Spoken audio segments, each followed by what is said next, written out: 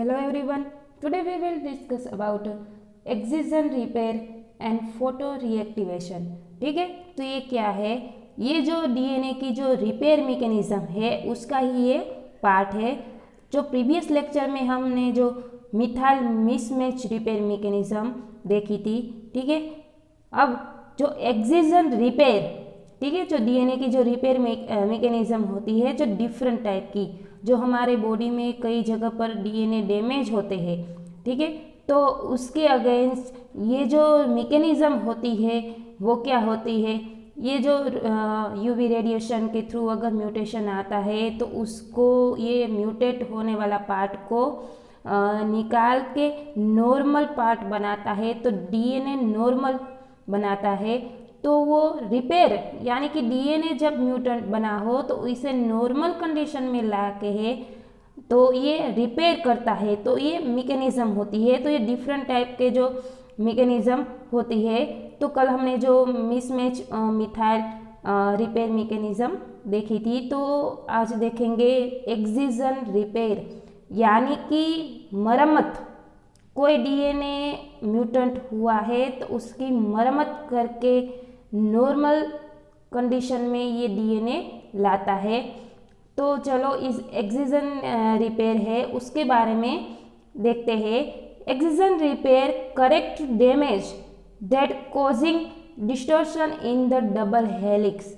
ये जो डीएनए का जो डबल हेलिक्स स्ट्रक्चर होता है उसमें अगर कोई डैमेज हुआ है डीएनए तो उसे करेक्ट पोजीशन में लाता है, यानी कि कोई म्यूटेंट आ गया है बेस, ठीक है, तो वो करेक्ट पोजीशन में करेक्ट जो बेस है वो लाके उसके साथ जोड़ देता है।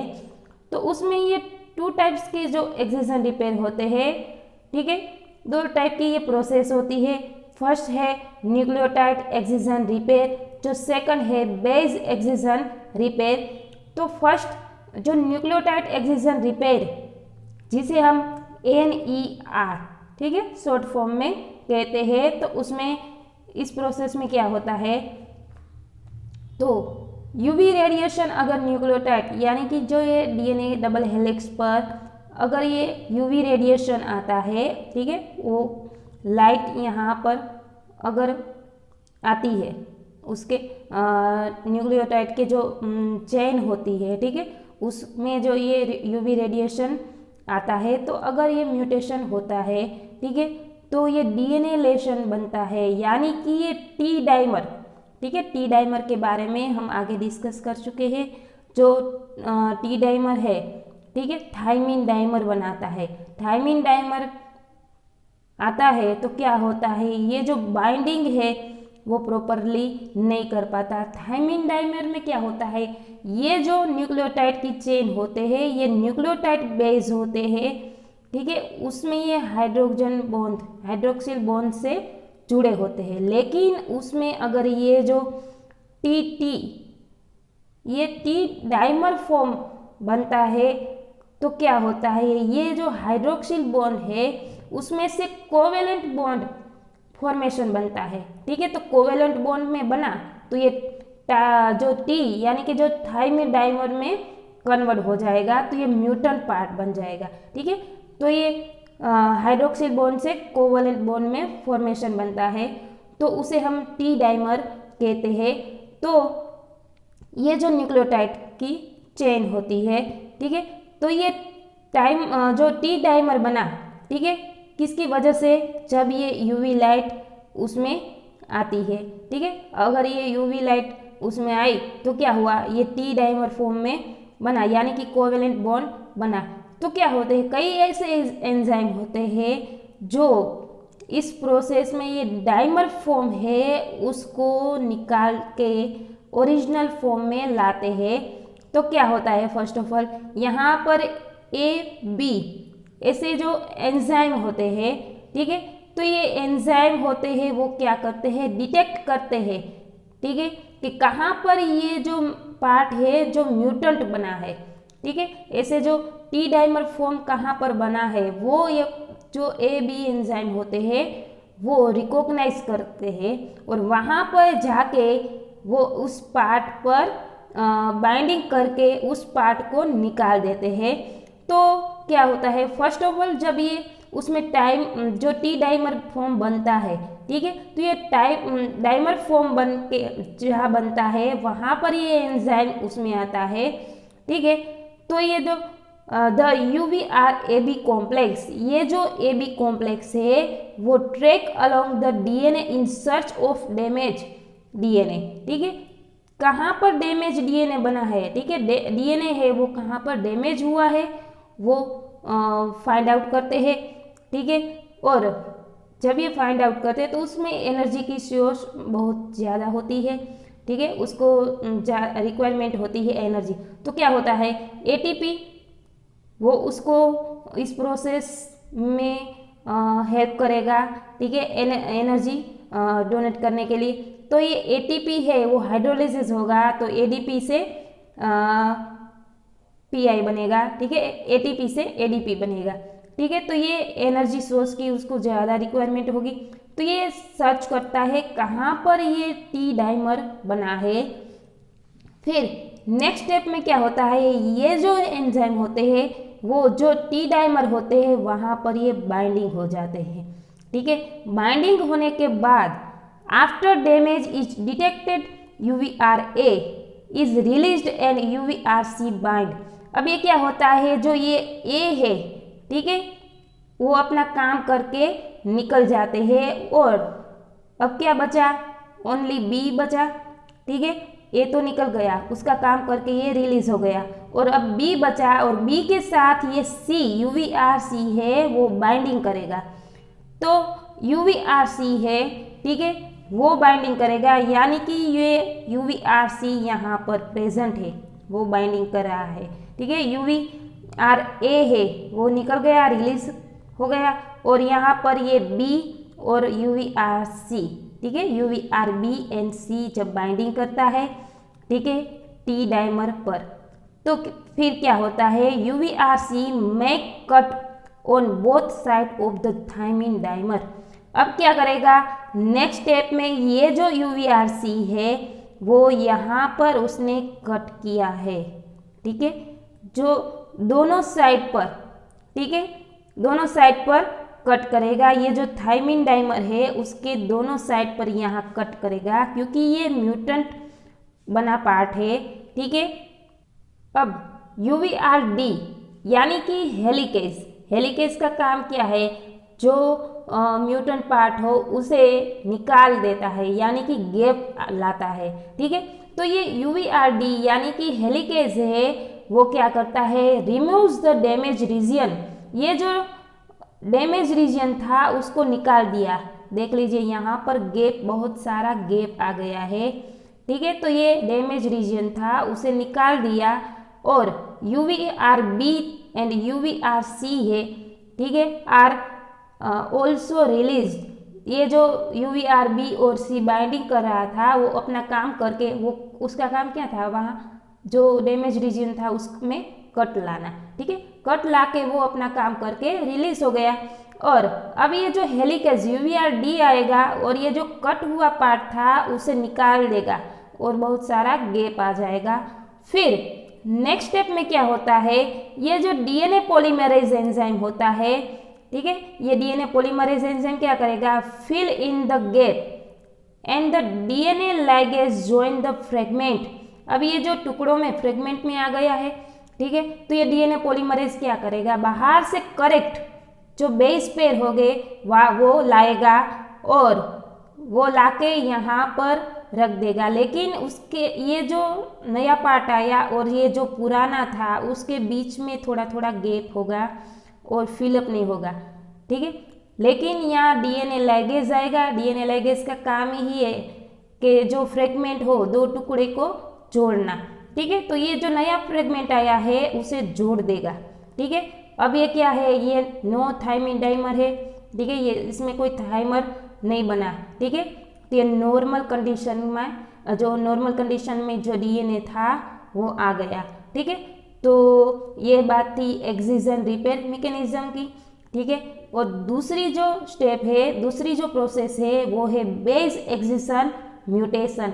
उसमें क्या होता है, ये जो न्यूक्लियोटाइड है DNA डबल हेलिक्स जो 5 प्राइम से 3 प्राइम, 3 प्राइम से 5 प्राइम, ठीक है। उसमें ये जो सारे न्यूक्लियोटाइड बेस है पेयर, ठीक है, उसमें हाइड्रोक्सिल बॉन्ड बने हैं।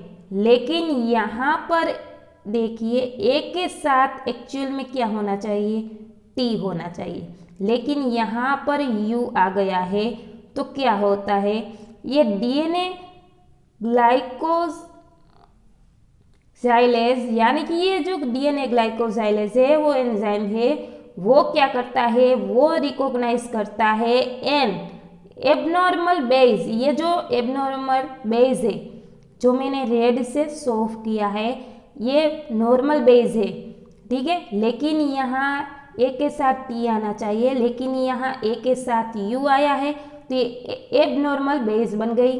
And cleave the bond between the base and the sugar. अब क्या करेगा, ये जो बेस थी, ठीक है, उसमें ये बॉन्ड बना था, उसमें ये बेस को निकाल देगा, ठीक है, जो ये यू है उसे निकाल देगा, ठीक है। ये यू निकल गया तो ये ए के साथ पेयर बनाने वाला कोई चाहिए ना, तो वो क्या करेगा, वो एंजाइम बाहर से टी लाएगा और ए के साथ ये ओरिजिनल पेयर बना रहा था टी, उसके साथ बाइंडिंग करने में हेल्प करेगा।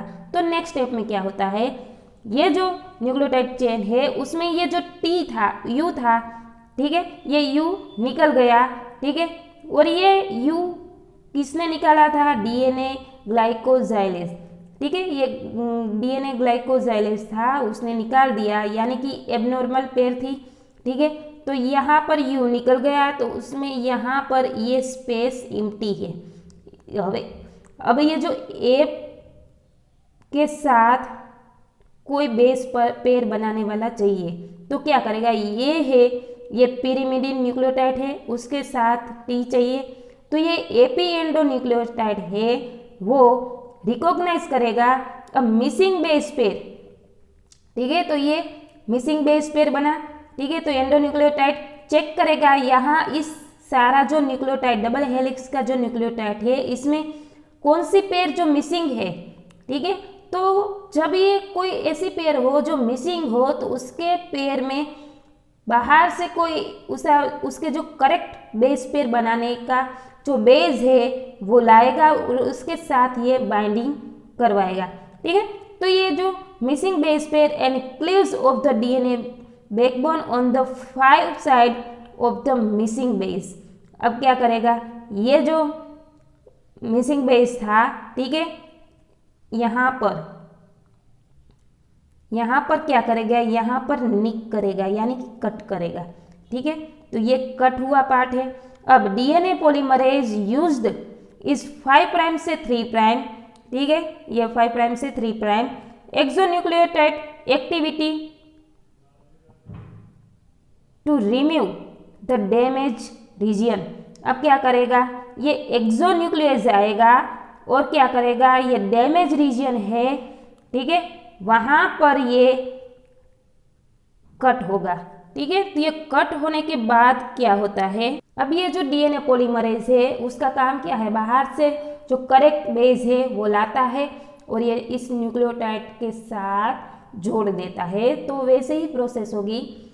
ये जो डीएनए पॉलीमरेज है यूज्ड इज 5 प्राइम से 3 प्राइम, ठीक है, exonuclease activity to remove the damage region and the fill in the region with normal DNA, ठीक है, and DNA ligase seal the reason.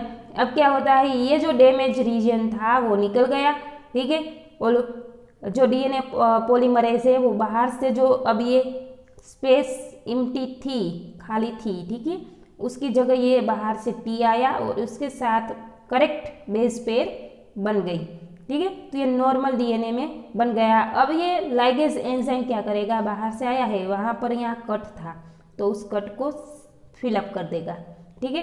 तो ये ओरिजिनल रीजन बन जाएगा। जो नॉर्मल न्यूक्लियोटाइड की जो बेस पेयर थी, जो न्यूक्लियोटाइड की चेन थी, वो ओरिजिनल फॉर्म में आ जाएगी, ठीक है। तो अब दूसरी प्रोसेस है फोटो रिएक्टिवेशन। तो फोटो रिएक्टिवेशन में क्या होता है, तो क्या होता है, जो हमारे डीएनए में यूवी रेज आता है, तो यूवी रेज आने के कारण उसमें म्यूटेशन आता है, ठीक है, यूवी रेज यानी कि जो ब्लू लाइट होती है, ठीक है। तो एक ऐसे प्रोटीन होते हैं जो लाइट रेजिस्टेंट होते हैं, ठीक है। तो ये लाइट रेजिस्टेंट होने के कारण क्या करते हैं, उस लाइट को एब्जॉर्ब कर लेते हैं और जो डीएनए होते हैं उसको नॉर्मल कंडीशन में लाते हैं, ठीक है। ये सिंपली प्रोसेस है। तो फोटो रिएक्टिवेशन का काम क्या है, लाइट डिपेंडेंट रिपेयर यानी कि photo reactivation of DNA is in bacteria is carry out by light activation enzyme. ये जो एंजाइम होते हैं वो क्या करते हैं, लाइट को एब्जॉर्ब करते हैं, ठीक है। तो ये एंजाइम, उस प्रोसेस को हम क्या करते हैं, डीएनए फोटोलाइज, ठीक है। तो ये जो सारे एंजाइम है वो क्या करते हैं, बाहर से जो यूवी लाइट आती है, यूवी लाइट आता है तो क्या होता है, ये जो उसमें म्यूटेंट आता है तो ये लाइट रेजिस्टेंट एंजाइम होते हैं, ठीक है। वो लाइट को एब्जॉर्ब करते हैं, ठीक है, और जो डीएनए होते हैं वो नॉर्मल कंडीशन में लाते हैं, तो उसे हम डीएनए फोटोलाइज एंजाइम कहेंगे, ठीक है। तो नॉर्मल कंडीशन में क्या होता है, यूवी रेज है, यूवी रेज होने के कारण डीएनए डैमेज होता है और टीटी डाइमर बनता है, यानी कि थाइमर डाइमर में कन्वर्ट होता है, जो हाइड्रोक्सिल बॉन्ड में से कोवेलेंट बॉन्ड फॉर्मेशन बनता है, ठीक है। तो कोवेलेंट बॉन्ड यानी कि हम उसे टीटी डाइमर यानी कि थाइमिन डाइमर कहेंगे। ये थाइमिन डाइमर बनता है तो डीएनए में म्यूटेशन आता है। अब ये म्यूटेशन को जो म्यूटेशन बना, ठीक है, अब ये म्यूटेशन को हमें निकालना है और ओरिजिनल फॉर्म में लाना है, तो ये एंजाइम है वो उसका रोल अदा करेगा, यानी कि उसका रोल बहुत बड़ा इम्पोर्टेंट है, ठीक है। तो ये एंजाइम है वो जो लाइट आई थी, यूवी रेज था, ठीक है, वो उसे डिटेक्ट करके उस लाइट को एब्जॉर्ब करके उस जो थाइमिन डाइमर है उसे तोड़ के जो नॉर्मल बेस यानी कि हाइड्रोक्सिल बॉन्ड में कन्वर्ट करेगा। तो ये फोटोलाइज एंजाइम है, ठीक है, जिसे हम डीएनए फोटोलाइज कहेंगे। वो क्या करते हैं, एब्जॉर्ब यूवी रेज करते हैं और डीएनए को नॉर्मल कंडीशन में लाते हैं, ठीक है। तो चलो इस प्रोसेस के बारे में देखते हैं। तो ये जो नॉर्मल कंडीशन में जो डबल हेलिक्स है डीएनए का, ठीक है, अब उसमें ये थाइमिन डाइमर बनता है। तो थाइमिन डाइमर कैसे बनता है, जब ये यूवी रेडिएशन यानी कि रेज उसमें आता है तो क्या होता है, उसके बीच में यहाँ पर ये हाइड्रोक्सिल बॉन्ड है वो बना है, लेकिन ये यूवी रेडिएशन आने के कारण ये थाइमिन डाइमर बना है, यानी कि उसके बीच में यहाँ पर कोवेलेंट बाइंडिंग हो रही है, ठीक है। तो ये कोवेलेंट बॉन्ड बना। अब तो कोवेलेंट बॉन्ड को तोड़ने के लिए कोई एंजाइम चाहिए, ठीक है। तो ये एंजाइम आएगा फोटोलाइट एंजाइम। वो फोटोलाइट एंजाइम है वो बाइंडिंग करेगा the thymine dimer in DNA. अब ये जो थाइमिन डाइमर डीएनए है, ठीक है, वहाँ पर ये बाइंडिंग करेगा एंजाइम। कौन एंजाइम है, फोटोलाइज एंजाइम। ये थाइमिन डाइमर बना, वहाँ पर ये एंजाइम है वो बाइंडिंग करेगा।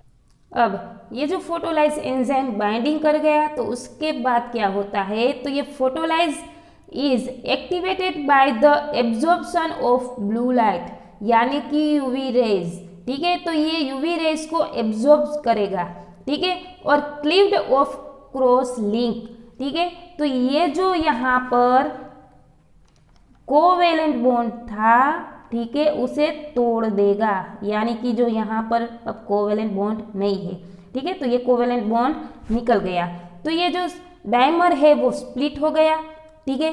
तो ये स्प्लिट होने के कारण क्या हो जाएगा, ये नॉर्मल कंडीशन में ऐसे आ जाएगा, ठीक है। तो ये नॉर्मल कंडीशन में आ जाएगा और उसका काम क्या है, ये जो फोटोलाइज एंजाइम है वो डाइमर को स्प्लिट करके वो रिलीज हो जाएगा, ठीक है। और ये देखिए जो पुराना डीएनए था यानी कि जो नॉर्मल ओरिजिनल डीएनए था, ठीक है, वो क्या करेगा, वो नॉर्मल कंडीशन में आ जाएगा जो पहले था वैसे। अब उसमें कोई जो थाइमिन डाइमर था वो नहीं है। क्योंकि थायमिन डाइमर किसकी वजह से आता है, कोवेलेंट बॉन्ड, और कोवेलेंट बॉन्ड कहाँ पर प्रोड्यूस होता है, यूवी रेज के कारण। लेकिन यहाँ फोटोलाइट एंजाइम ने ये जो ब्लू लाइट थी, यूवी रेज था, उसे एब्जॉर्ब कर लिया, तो ये जो डबल हेलिक्स है वो नॉर्मल कंडीशन में आ गया। ठीक है, तो इसे हम कहते हैं फोटो रिएक्टिवेशन। सो गाइज, इस लेक्चर में बस इतना ही। आज हमने जो एक्सिजन रिपेयर उसकी जो 2 टाइप की प्रोसेस है उसके बारे में डिस्कस किया, एंड फोटो रिएक्टिवेशन है उस प्रोसेस के बारे में डिस्कस किया। अब नेक्स्ट लेक्चर में हम recombination repair and SOS repair के बारे में डिस्कस करेंगे। So guys, thank you so much and keep reading.